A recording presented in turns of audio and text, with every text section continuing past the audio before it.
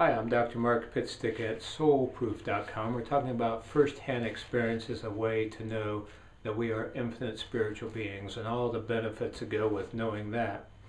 And one is trusting our perceptions even when they're different from usual.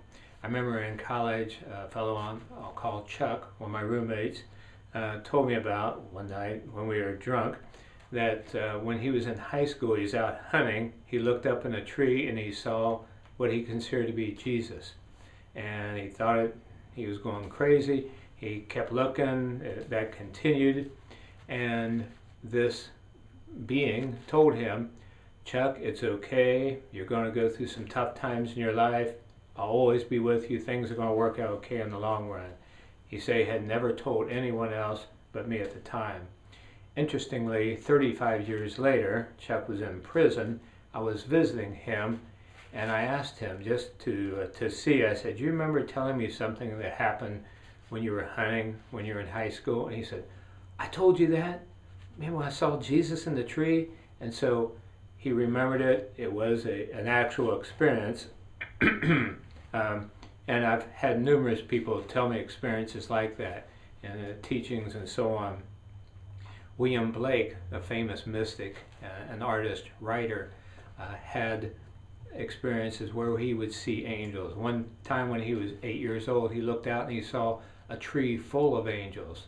Another time he was in his home as a 6-year-old and he started yelling, and his parents said, what's wrong, what's wrong? He said, "I just saw God looking through the window."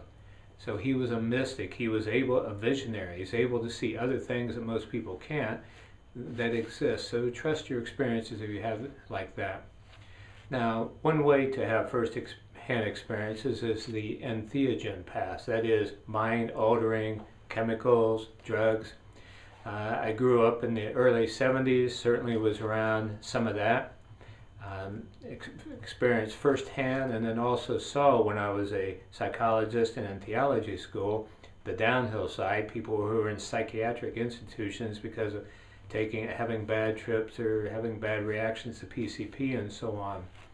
So years later, my take on it is, and what I counsel people is, there are better ways to see God. There are better ways to know that you're part of God.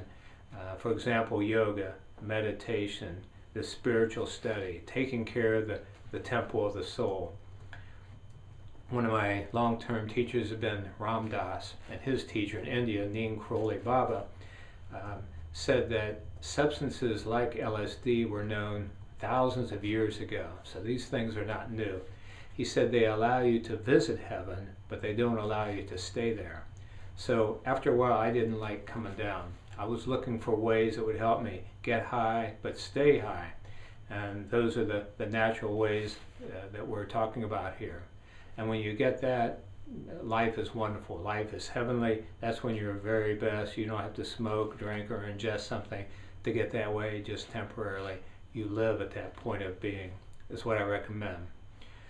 So we'll be talking next about the arts and consciousness. In the next video, be sure to visit the website, soulproof.com.